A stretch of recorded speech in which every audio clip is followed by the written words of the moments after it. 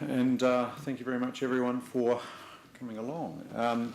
I took the opportunity to actually have a say today because over the last probably 12 to 18 months, we've been seen as a very negative view, coming out with a lot of criticism around the way that the process has been running in the CBD. Now, by way of background, I am a co-founder of a company called Ocean Partners, and following the earthquakes, I was one of about 6 or 8 business people who went to San Francisco to learn how cities economically restructure following natural disaster. There was half a dozen city councillors and there was half a dozen business people. And there were about 3 key lessons I took out of that. One of them was that it was going to take 20 years. Whatever happened, it was going to take 20 years based on the fact that Santa Cruz, that was a part of that Loma Prieta earthquake, significantly smaller, but the proportion of damage to the city, about 80% of the downtown destroyed, took about that period of time. And they said you'll have more people working similar work efforts and bigger work streams, and you're going to take 20 years too.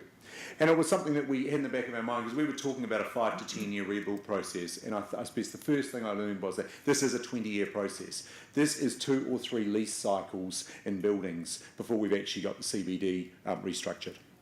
The second thing that I took on board was it's going to cost twice as much as we initially thought. And when I headed up there, it was a $20 billion rebuild. It's probably somewhere around a $45 billion rebuild. And probably those numbers are looking reasonably accurate. The third thing that kind of took me by was very evident to us was the people that took us around Santa Cruz and the downtown of San Fran, where they redeveloped by the motorway, were all people in their mid-60s who had been on the project for 20 years. So they started to become involved, and they went on knowing that this was not a project to get handed over. It wasn't a project that needed a revolving door, where you had consultants coming in and changing the guard and re-educating. It was somewhere where people picked up, business owners, the community, and all pillars were represented, and they drove the process through for the 20-year period. And I think this is the three things I took away were the increase in cost, 20-year project, and you needed to have a team from go to woe. Following the return from that trip and subsequent release of the blueprint, our firm, which had been successful in raising significant tracts of international money to co-invest in the rebuild, so we weren't principal, we were co-investors, acquired land in the CBD on the corner of DTZ building, the former corner of the Oxford Terrace in Cashel, and also land on Litchfield Street. And we, like many others, played the ODP game for probably about 18 months. It's a great game, but there's no winners. ODPs require you to put a plan in for land that you probably don't control, that you need to control as a condition of implementation, and that you've got a lot of individuals who have been successful in owning that land because they've been property investors who tend to operate on their own. So when the government set out the ODP process, they actually set up the city to be stalled. There is no way that individuals can get together and meet all of the criteria and be able to put together a comprehensive plan where one person puts control over another person's land that they don't own. So from a single point of view, for 2 years we've been batting 2 successful ODPs, both of them approved. Neither of them can be implemented because we can't secure laneways over other people's land.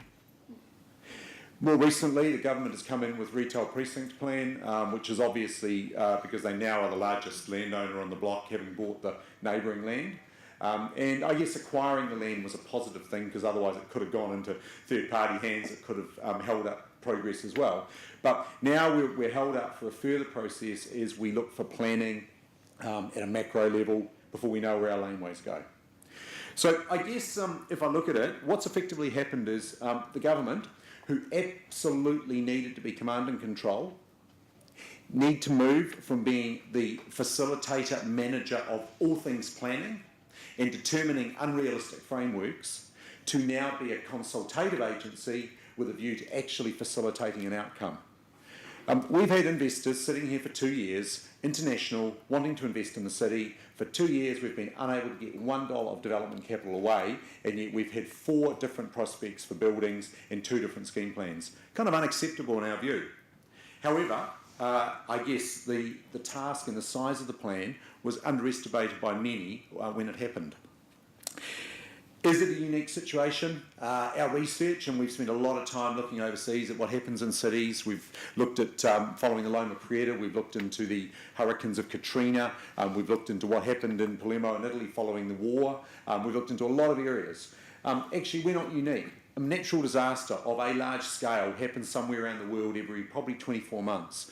There's a lot of learnings that we can be taking, and those learnings, if we look at them and break them down, are quite simple, that it has to be led by the private sector because they can access the capital in a timely fashion. But the second and most important thing is that they're actually there for the entirety of the 20-year project, or they or people associated with that capital. Agencies running redevelopment plans have a revolving door, and look, we've had numerous people at CCDU and Sarah who have been given the project of the Central City retail team. We know them so well, we've actually offered to do their induction. You know, we've seen them all come through the door, and I think we'd be probably pretty well competent. Yeah, we're qualified for that. So I guess the message I've got in a minute to go is there is absolutely, it's a 20-year project. So are we concerned about the fragmented development in Litchfield, in Lincoln and in Victoria? It's one lease term, but we've got a critical period of time to get some development and identify where the central city is going to be. Is it in the commercial retail precinct? If so, on the river, let's get underway. Let's make it easy for some buildings to get out of the ground. So remove the ODP process, make it a resource consent driven activity, and enable us to get out of the ground, because we're getting frustrated. The second thing is, if we're in a position to look at knowing where the city is, then we've got 6-8 years to get the cycle of buildings up, because there are tenancies that will roll through in Victoria, they will roll through in Lincoln, and they will be filled back with people saying, I actually want to be back in the heart of the city, where the Anthony's activity is underway, where there's activity with other, the banks are going to be central down there, Justice Precinct, it's going to be happening. But we've got a window of opportunity where we need to stop planning and get on with activity.